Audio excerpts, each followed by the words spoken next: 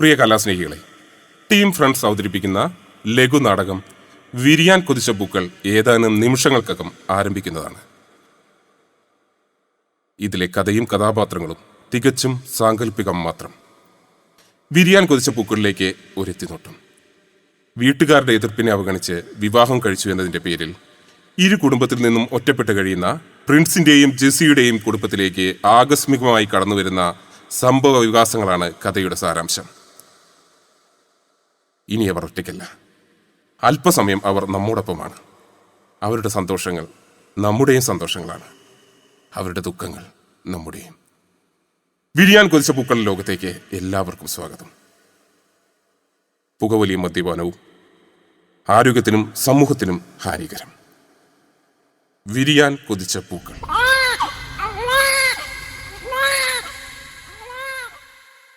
കഥാസംവിധാനം ബോബി പാപ്പിനശ്ശേരി. നിർമ്മാണം team friends.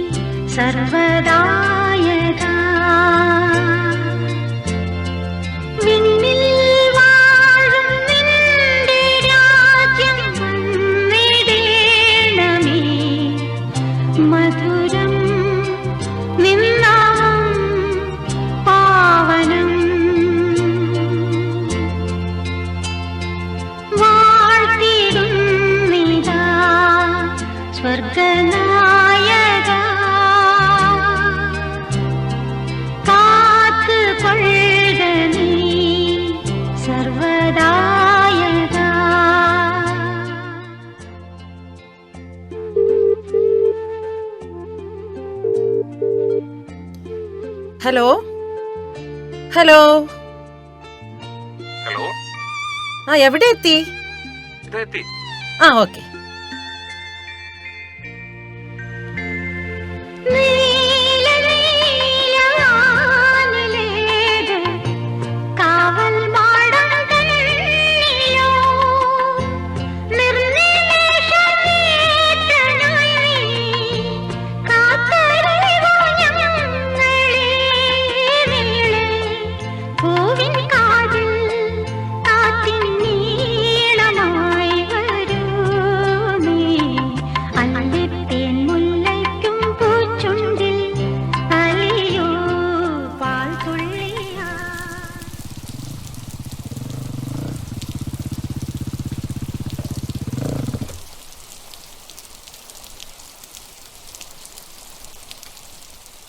എന്തു പറ്റി ജെസ്സി? നീ എന്തിനാ എന്നോട് വേഗം വരാൻ പറഞ്ഞേ? എനിക്കൊന്നും പറ്റിയില്ല. കുറെ ദിവസം കൂടിയിട്ട് ഇന്നൊരു ക്ലയന്റിനെ കിട്ടിയതാ. സംസാരിച്ചെല്ലാം ഒന്ന് സെറ്റാക്കി വന്നപ്പോഴാണ് നിന്റെ വിളി. സത്യത്തിൽ ഞാൻ പേടിച്ചു പോയി. ഇത് പേടിക്കാനുള്ള കാര്യമൊന്നും അല്ല പ്രിൻസേ, സന്തോഷിക്കാനുള്ളതാ. അതും ഒന്നല്ല, 2 കാര്യങ്ങൾ. 2? ഒരെണ്ണം ഞാൻ ഊഹിച്ചു. വിസ വന്നു അല്ലേ? എന്റെ പ്രിൻസേ, നീ ആളെ കൊള്ളാലോ. എന്നാ 2ാമത്തെ വിശേഷം ഒന്ന് പറഞ്ഞേ കേക്കട്ടെ. എനിക്കറിയില്ല എന്റെ ജെസ്സി കൊച്ചേ. ഒന്നാമത് മൊത്തത്തിൽ ടെൻഷനാ. ഈ ടെൻഷനും കൂടെ എനിക്ക് സഹിക്കാൻ വയ്യ. നീ തന്നെ അങ്ങ് പറഞ്ഞേ.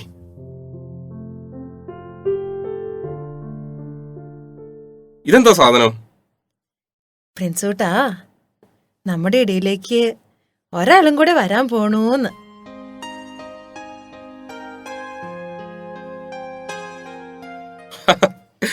ഇത് ലോട്ടറി എടുത്തപ്പോ 1ാം സമ്മാനവും 2ാം സമ്മാനവും ഒരാൾക്ക് കിട്ടിയ പോലെ ആയല്ലോ എന്റെ കർത്താവേ. ഞാൻ ഈ കാര്യം എന്റെ ഫ്രണ്ട്സിനെ ഒന്ന് അറിയിക്കട്ടെ. എനിക്കൊന്ന് ആഘോഷിക്കണം. ഓ, അപ്പൊ നാളത്തെ ദിവസവും നിന്നെ കിട്ടില്ല എന്ന് ചുരുക്കം. കടലമിഠായി കിട്ടിയപ്പോ പെണ്ണിന്റെ പിണക്കൊക്കെ അങ്ങ് മാറി.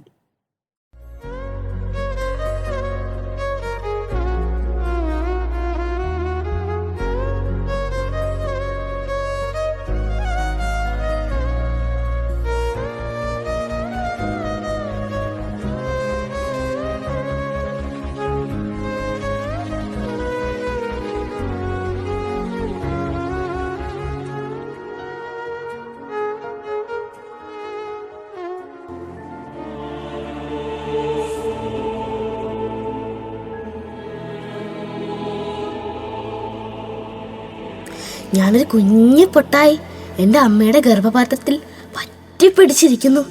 ഞാൻ ഉണ്ടാകാൻ പോയെന്ന് അറിഞ്ഞപ്പോ എൻ്റെ അപ്പായുടെ അമ്മയുടെ സന്തോഷം അതൊന്ന് കാണേണ്ടത് തന്നെ ആയിരുന്നു. ഇന്ന് അമ്മയ്ക്കപ്പ എന്തൊക്കെയാ വാങ്ങിക്കൊടുത്തെന്ന് അറിയാവോ? എൻ്റെ വയറ് നിറഞ്ഞു.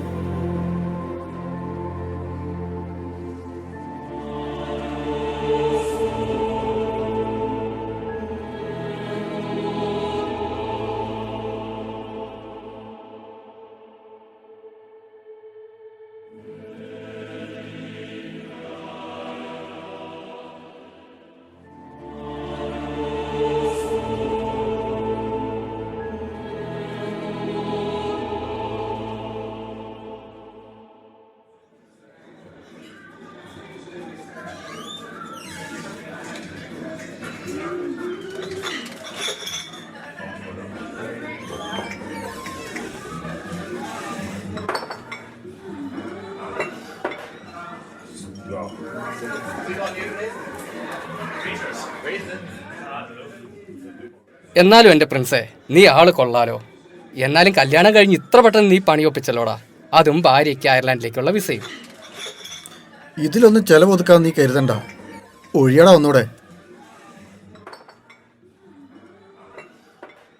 ഒന്നും രണ്ടും ഒന്നും അല്ലടാ, ആവശ്യത്തിന് കുടിച്ചോ. ഇന്ന് സന്തോഷിച്ചില്ലെങ്കിൽ പിന്നെ എന്നാ? അല്ല പ്രിൻസേ, കുഞ്ഞു വേണോ ജോലി വേണോ എന്നത് നിങ്ങൾ തീരുമാനം എടുത്തോ. ഇത് രണ്ടും കൂടി എങ്ങനെ നടക്കും? അതെന്താടാ അങ്ങനെ ഒരു വർത്താനം? എടാ പ്രിൻസേ, ജോലിയും കുഞ്ഞും ഒരുമിച്ച് സെറ്റ് ആവൂല. ജെസ്സി ഗർഭിണിയാണെന്ന് അറിഞ്ഞാൽ മെഡിക്കൽ പോലും കിട്ടൂല. നിങ്ങളുടെ ജീവിതം ഒന്ന് സെറ്റായിട്ട് കുഞ്ഞിന്റെ കാര്യം തീരുമാനിച്ചാൽ പോരെ? നീ എന്ത് വർത്താനാടാ ഈ പറയുന്നേ? എടാ പ്രിൻസേ, റോയി പറഞ്ഞതിന് കാര്യമുണ്ട്. കുഞ്ഞുങ്ങൾ എപ്പോൾ വേണേലും ഉണ്ടാവും. പക്ഷെ ജോലിക്കാരി അങ്ങനെയല്ല, അതും അയർലൻഡിൽ. നീ എത്ര തലകുത്തി പറഞ്ഞാലും ഇങ്ങനെ ഒരു ജോലി വാങ്ങിക്കൊടുക്കാൻ കഴിയില്ല. പ്രിൻസേ, എൻ്റെ ഒരു കൂട്ടുകാരനുണ്ട്, ഡോക്ടർ സാമലക്സ്. ഞാൻ പുള്ളിയെ വിളിച്ച് എല്ലാം സെറ്റാക്കി തരാം. നിങ്ങളൊക്കെ എന്താടാ ഈ പറഞ്ഞു വരുന്നേ? നീ സമാധാനപ്പെട്, ഒരെണ്ണം കൂടി അങ്ങ് അടിക്കും.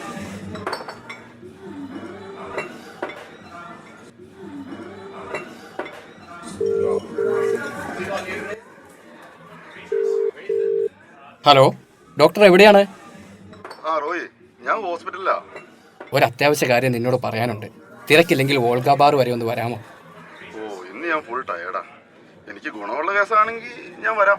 ഗുണമില്ലാത്ത കേസാണെങ്കിൽ ഞാൻ ഡോക്ടറെ വിളിക്കുമോ?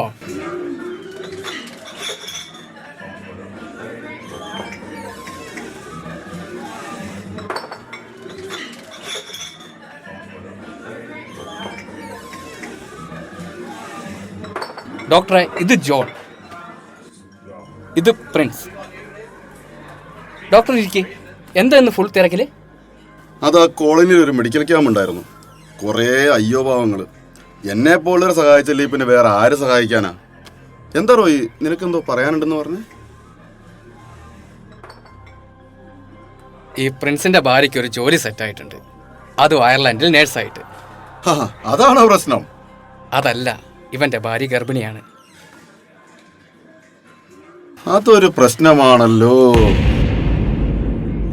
എടാ, ഇവരുടെ ലൈഫ് മൊത്തത്തിലൊരു ട്രാജഡിയാ. ദൈവമായിട്ടൊരു വഴി തുറന്നപ്പോഴാ ഇങ്ങനെ ഒന്ന്. ഓക്കെ, ഇതിലിപ്പോ ഞാൻ എന്താ ചെയ്യണ്ടേ?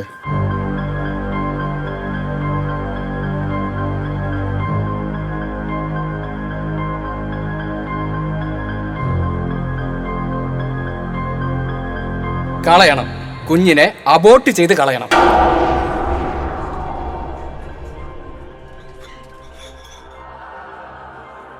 കുഞ്ഞിനെ അബോർട്ട് ചെയ്യുന്ന കാര്യം എനിക്ക് പറ്റില്ല.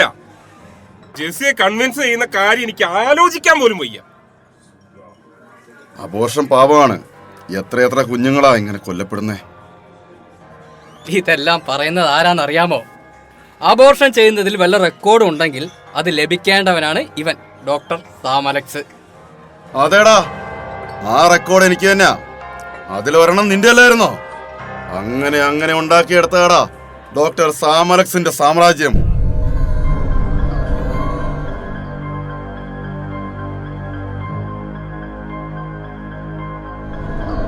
ഇതൊരു ചെറിയ കേസല്ലേ പ്രിൻസേ? നാളെ തന്നെ അങ്ങ് പോരെ. പിന്നെ വരുമ്പോ കുറച്ച് കനത്തിൽ കൈ പിടിച്ചോ. കാശേ. എന്നാ ശരി, ഓക്കെ. എനിക്ക് ക്ലബിലൊരു മീറ്റിംഗ് ഉണ്ട്. പ്രിൻസേ, എന്നാ വാ നമുക്ക് ഇറങ്ങാം.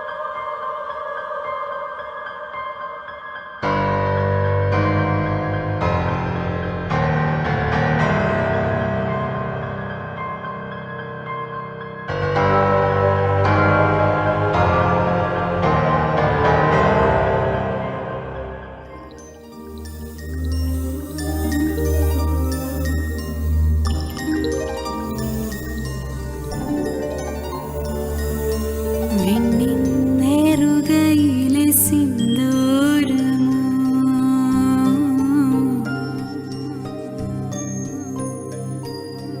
എന്നെ തഴുകുമൊരു പൊൽസൂര്യനോ എന്നോ മന കരളിൽ പകർന്ന തിരുമധുരമേ കൈക്കുടന്ന ഇതിലണയു നീ നിറനിലാവായി രാത്രി തൻ മുല ചുരന്നോരൻപിത നിലാപാലാഴി കുളിർത്തൂകി. ജെസി, ജെസി, ആ പ്രിൻസേ, നീ എപ്പോ എത്തി? ഞാൻ വന്നിട്ട് കുറച്ചു നേരമായി. നീ ഏതോ സ്വപ്നലോകത്തായിരുന്നു. അത് ഞാൻ കുഞ്ഞിന്റെ കാര്യം ഓർത്ത് അങ്ങനെ. കുഞ്ഞ് എന്തു പറഞ്ഞാലും കുഞ്ഞ്. ഇത് കുറച്ച് ഓവറാട്ടോ ജെസി. എന്താ പ്രിൻസേ, എന്താ ഇത്ര ദേഷ്യത്തിൽ? നാളെ ഹോസ്പിറ്റൽ പോകേണ്ട ദിവസമല്ലേ? വേഗം കിടക്കാൻ നോക്ക്. നീ കഴിച്ചോ? നേരം വൈകിയപ്പോ ഞാൻ കഴിച്ചു.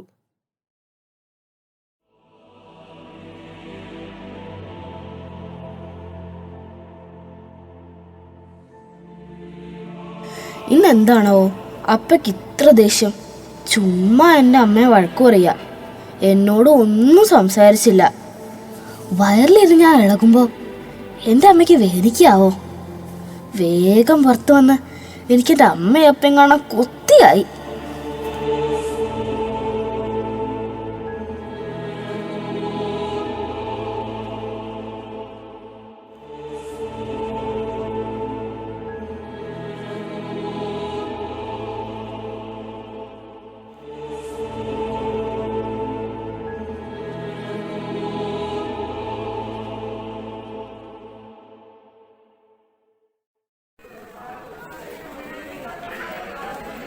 Token number 33.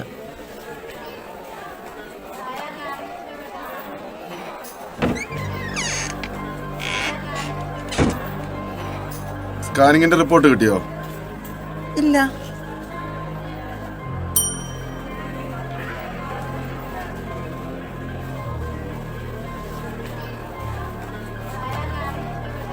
ജെസി, ഞാൻ ഇനി പറയാൻ പോകുന്ന കാര്യം നിങ്ങൾ ഏത് രീതിയിൽ എടുക്കുമെന്ന് എനിക്കറിയില്ല. എന്നാലും ഞാൻ പറയാം. നിങ്ങളുടെ വയറ്റിൽ കിടക്കുന്ന കുഞ്ഞിന് വളർച്ച കുറവാണ്, ഹൃദയപിടിപ്പും പ്രശ്നമാണ്. 3 മാസമല്ലേ ആയുള്ളൂ. നമുക്ക് അബോർട്ട് ചെയ്യാം. ഇപ്പൊ ചെയ്തില്ലെങ്കിൽ അമ്മയ്ക്കും പ്രശ്നമാണ്. ഞാൻ പറയാനുള്ളത് പറഞ്ഞു. ഡോക്ടർ എന്താ ഈ പറയുന്നേ? പ്രിൻസേ, നീ ഇത് കേട്ടില്ലേ? നമ്മുടെ കുഞ്ഞിന് വളർച്ചയില്ലെന്ന്, കുഞ്ഞിനെ കളയണമെന്നൊക്കെ. പ്രിൻസേ, നീ എന്താ മിണ്ടാത്തത്? ഡോക്ടർ പറഞ്ഞ പോലെ ചെയ്യാൻ ജെസി. എനിക്ക് നിന്നെ കൂടി നഷ്ടപ്പെട്ടാലോ?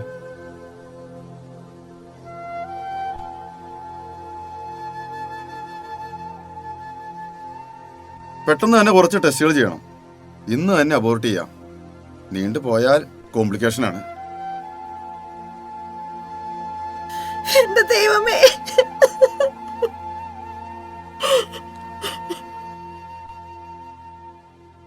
ജെസ്സി, നീ ഒരു കാര്യം ചിന്തിച്ചു നോക്കിയേ. ഈ കുഞ്ഞ് വളർച്ചയില്ലാത്ത മാസപിണ്ഡമായി ലോകത്തേക്ക് വന്ന് അതിനെ വേദനിപ്പിച്ച് കൊല്ലണോ? നീ ഈ കുഞ്ഞിനോട് ചെയ്യുന്ന ഏറ്റവും വലിയ സഹായമാണ് അതിനെ വേദനിപ്പിക്കാതെ കളയുക എന്നത്. എനിക്ക് എന്റെ കുഞ്ഞിനെ ഒന്ന് ജീവനോട് കിട്ടിയാ മതി. ഞാൻ നോക്കിക്കോളാം അതിനെ. ഞാൻ സമ്മതിക്കില്ല പ്രിൻസേ. ഡോക്ടർ പറയുന്ന പോലെ ചെയ്യാൻ ജെസ്സി. ഇതുവരെ ഒരു കാര്യം ഞാൻ നിന്നോട് ആവശ്യപ്പെട്ടിട്ടില്ല. ഇത് നിന്റെ ജീവന് വേണ്ടിയാ. എതിർത്ത് പറയരുത്.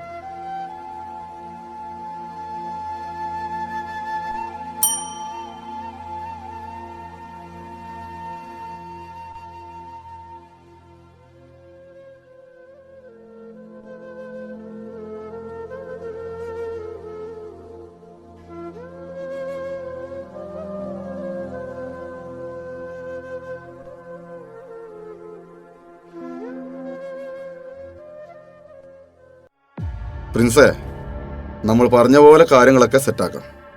പറഞ്ഞ കാശ് കൗണ്ടറിൽ അടച്ചേക്കാം.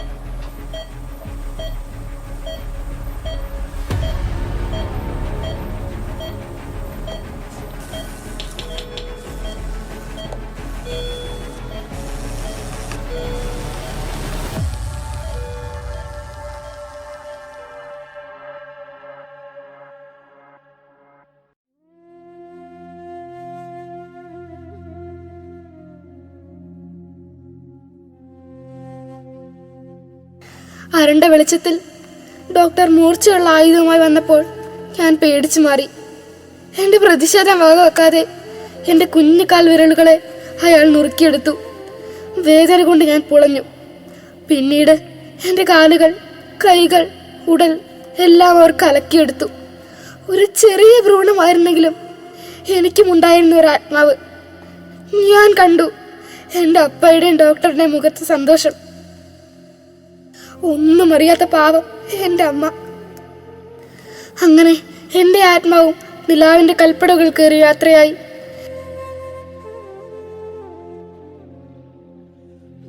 എന്തിനാ അപ്പ എന്നെ കൊന്നുകളഞ്ഞേ? അമ്മേ, ഞാൻ പോവാ.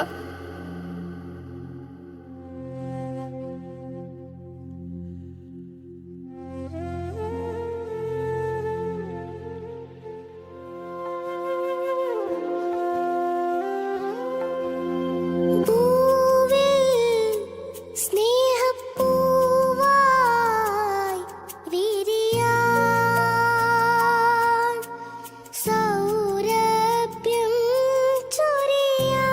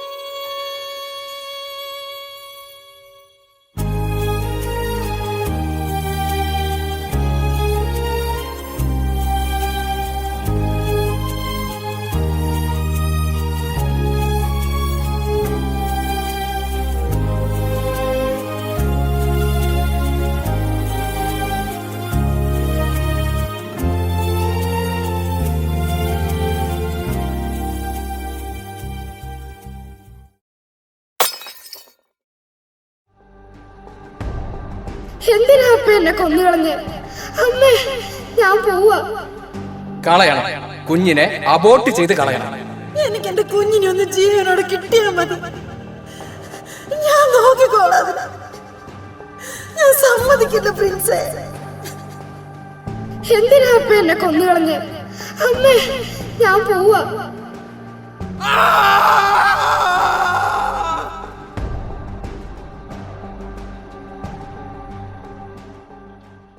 എന്താ പ്രിൻസേ, എന്താ നിനക്ക് പറ്റിയേ? എന്തൊക്കെയാ നീ കാട്ടിക്കൂട്ടുന്നത്? നിനക്ക് എന്താ ഭ്രാന്ത് പിടിച്ചോ? എനിക്ക് ഉറങ്ങാൻ കഴിയുന്നില്ല ജെസ്സി. എനിക്ക് ഭ്രാന്ത് പിടിക്കുക.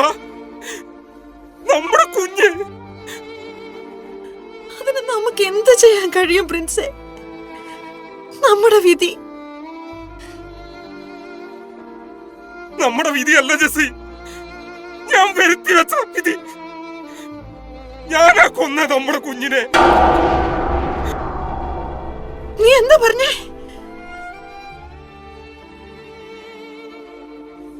പറ്റിപ്പോയി ജെസ്സി. നമ്മുടെ കുഞ്ഞിന് ഒരു പ്രശ്നം ഉണ്ടായിരുന്നില്ല. എന്റെ സ്വാർത്ഥ താല്പര്യങ്ങൾക്ക് വേണ്ടി ഞാൻ പറഞ്ഞിട്ടാണ് ഡോക്ടർ അബോർട്ട് ചെയ്തേ. എന്നെ കൂടി അങ്ങ് കൊല്ലായിരുന്നില്ലേ പ്രിൻസേ? ഒരു ജീവന്റെ വില അറിയാത്ത നീ ഒരു മനുഷ്യനാണോ? നിന്നെ കാണുന്നത് എനിക്ക് വെറുപ്പ. എന്റെ മുമ്പിൽ നിന്ന് പോ.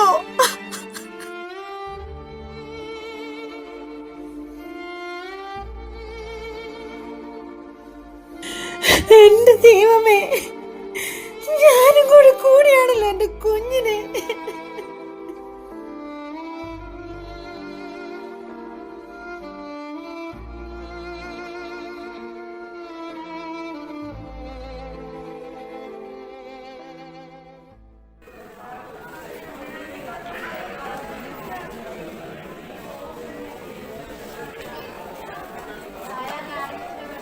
എനിക്ക് ഡോക്ടറെ ഒന്ന് കാണണം, കണ്ടേ പറ്റൂ. അങ്ങനെയൊന്നും കാണാൻ കഴിയില്ല. നിങ്ങളോട് മലയാളത്തിലല്ലേ പറഞ്ഞത്? ഇല്ല, എനിക്ക് കണ്ടേ പറ്റൂ.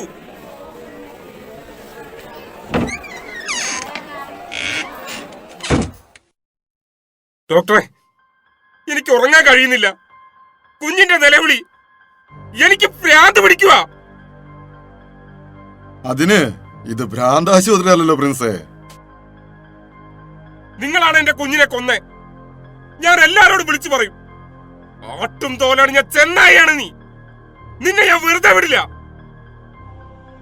ഇവിടെ കിടന്ന് ഒച്ച വെച്ചാ എനിക്കൊരു ഇഞ്ചക്ഷന്റെ ചെലവേ ഉള്ളൂ നിന്നെ തീർക്കാൻ. ഇറങ്ങി പോടാ.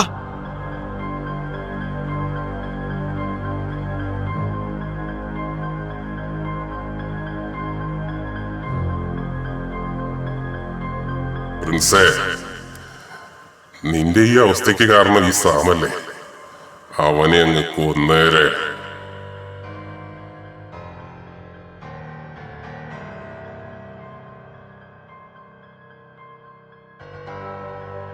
സാമേ, ഇവൻ ഇതെല്ലാം എല്ലാരോടും വിളിച്ചു പറഞ്ഞ പ്രശ്നമാകും. അവനെ അങ്ങ് തീർത്തേക്ക്.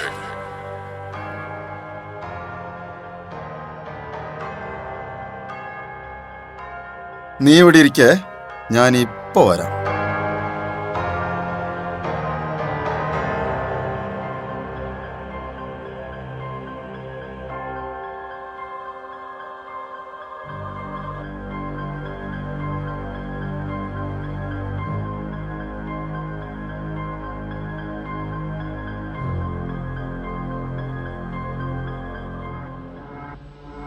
എന്റെ കുഞ്ഞിനെ എനിക്ക് തിരിച്ചു താ. സാറേ,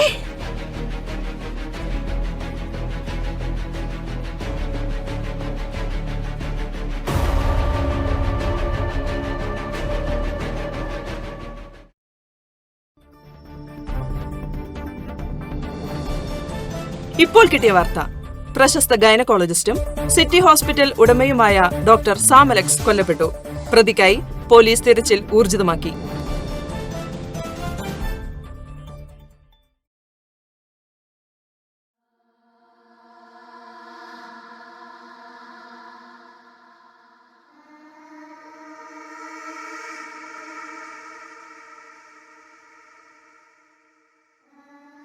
അങ്കിളെ ഞങ്ങളെ അറിയോ? നിങ്ങളൊക്കെ ആരാ? സ്വാർത്ഥ ലാഭങ്ങൾക്ക് വേണ്ടി നിങ്ങൾ കൊന്നുകളഞ്ഞ കുഞ്ഞുങ്ങളാ ഞങ്ങള്. ഞങ്ങളെല്ലാം ഇല്ലാതാക്കിക്കൊണ്ട് ഡോക്ടർ അങ്കിൾ ഉണ്ടാക്കിയ പണവും സ്ഥാനമാനങ്ങളും ഇന്ന് എവിടെ? എന്നെ ഉപദേശിക്കാൻ നിങ്ങൾ ആരാ? You cannot judge me because my position is much higher than yours. ഈ എന്നെ പപ്പായ്ക്ക് അറിയാമോ? പപ്പ കൊന്നുകളഞ്ഞ പപ്പയുടെ സ്വന്തം മോളാണ് ഞാൻ.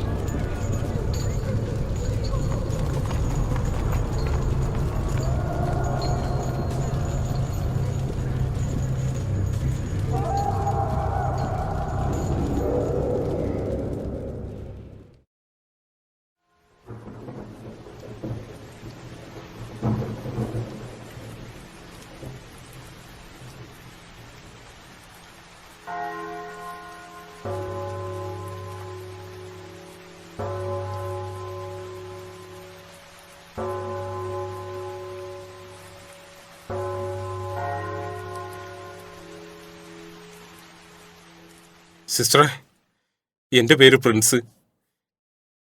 എൻ്റെ ജെസ്സി ഇവിടെ ഉണ്ടെന്നറിഞ്ഞ് ഞാൻ വന്നതാ. എൻ്റെ ജെസ്സി എവിടെ സിസ്റ്ററെ? എനിക്കൊന്ന് അവളെ കാണണം. അറിയാം പ്രിൻസ്, നീ ഒരു നാൾ അവളെ തേടി ഇവിടെ എത്തുമെന്ന് എനിക്കറിയാമായിരുന്നു. സിസ്റ്ററെ, നീണ്ട 6 വർഷങ്ങൾ ജയിലിൽ കിടന്ന ഓരോ നിമിഷവും ഞാൻ എൻ്റെ ജെസ്സി ഓർത്ത. ഈ ഒരു നിമിഷത്തിന് വേണ്ടിയാണ് ഞാൻ കാത്തിരുന്നത്. സിസ്റ്ററെ, എന്റെ ജെസ്സി ഒന്ന് വിളിക്ക്. പ്രിൻസ്, നിന്റെ ആ പഴയ ജെസ്സി അല്ല വിളിപ്പോ. നിന്നെ കൂടി നഷ്ടപ്പെട്ടു എന്ന തോന്നലാവണം. അല്ലെങ്കിൽ ഒറ്റപ്പെടലിന്റെ വേദന താങ്ങാൻ കഴിയാത്തത് കൊണ്ടാവണം അവൾ ആത്മഹത്യയെക്കുറിച്ച് ചിന്തിച്ചത്. പക്ഷേ തമ്പുരാന്റെ തീരുമാനം മറ്റൊന്നായിരുന്നു. ജീവൻ തിരിച്ചു കിട്ടിയ അവൾക്ക് ഓർമ്മശക്തി നഷ്ടപ്പെട്ടിരുന്നു. ആശുപത്രിയിൽ നിന്നും അവളെ ഏറ്റെടുക്കുവാൻ ആരുമില്ലാത്തതുകൊണ്ടാണ് ഞങ്ങൾ അവളെ ഇങ്ങോട്ട് കൊണ്ടുവന്നത്. ഇപ്പോൾ അവൾ ഞങ്ങളുടെ എല്ലാമാണ്. ജനിക്കാതെ പോയ അവളുടെ കുഞ്ഞും ആരുമില്ലാത്ത കുറച്ച് അമ്മമാരും പിന്നെ ഈ ഞങ്ങളുമാണ് അവളുടെ ലോകം. അവളുടെ ആ ഓർമ്മകളിൽ ഇനി നീയില്ല. എന്റെ ജെസ്സി എന്നെ മറക്കാനോ? ഇല്ല, ഞാൻ വിശ്വസിക്കില്ല. എനിക്ക് അവളെ ഒന്ന് കാണണം. മോളി ചേച്ചി, ജെസ്സി ഒന്ന് ഇങ്ങോട്ട് വിളിച്ചേ. ഇന്ന് രാവിലെ മുതലേ അവൾ കുറച്ച് പിണക്കത്തില. അവളുടെ പാവക്കുട്ടിയും കൈ പിടിച്ച ഒരേ ഇരിപ്പാ.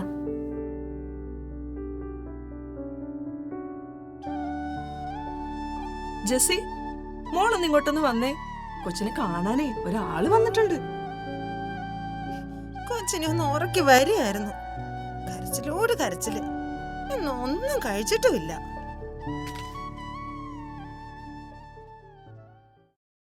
വാവോ വാവോ, പൂവസന്തം പൊന്നു പൂച്ചും പുലർക്കിനാവിൻ തൂവലാലേ അമ്പിളിപ്പൊൻ മഞ്ചമൊന്നിൽ നിനക്കു മൂടാൻ പുതപ്പു നെയ്യാ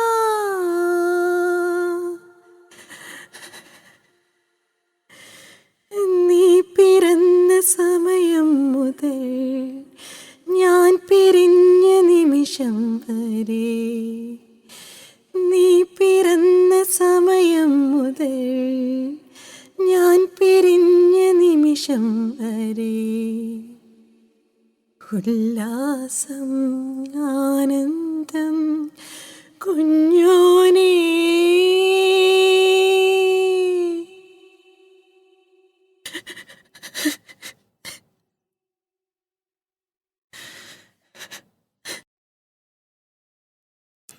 ജെസ്സി, എന്റെ കൂടെ വാ ജെസ്സി, നമുക്ക് എവിടെയെങ്കിലും പോയി രക്ഷപ്പെടാം. എന്നോട് ക്ഷമിക്ക് ജെസ്സി, നിന്റെ പ്രിൻസാ വിളിക്കുന്നത്. എന്റെ കുഞ്ഞിനെ കൊണ്ടുപോകാൻ വന്നാണോ? തരില്ല, പോ. പ്രിൻസേ, നീ ദയവായി ഇവിടെ നിന്ന് തിരിച്ചു പോകണം. അവളുടെ മനസ്സിൽ നീ ഇല്ല എന്ന് മനസ്സിലായില്ലേ? എന്റെ കൊച്ചു തിരിച്ചു പോകും.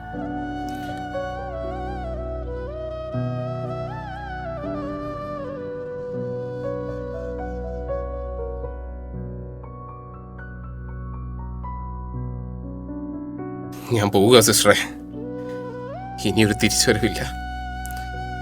ഒന്നുകിൽ ജയിലിന്റെ ഇരുട്ടറയിലേക്ക് വീണ്ടും, അല്ലെങ്കിൽ സാമിന്റെ വേട്ട നായ്ക്കളുടെ അടുക്കിലേക്ക്, അതുമല്ലെങ്കിൽ എന്റെ കുഞ്ഞിന്റെ അടുത്തേക്ക്. പിരിയാൻ കൊതിച്ച ആ പൂവിനെ കൊന്നു കളഞ്ഞ മഹാപാപിയാണ് ഞാൻ.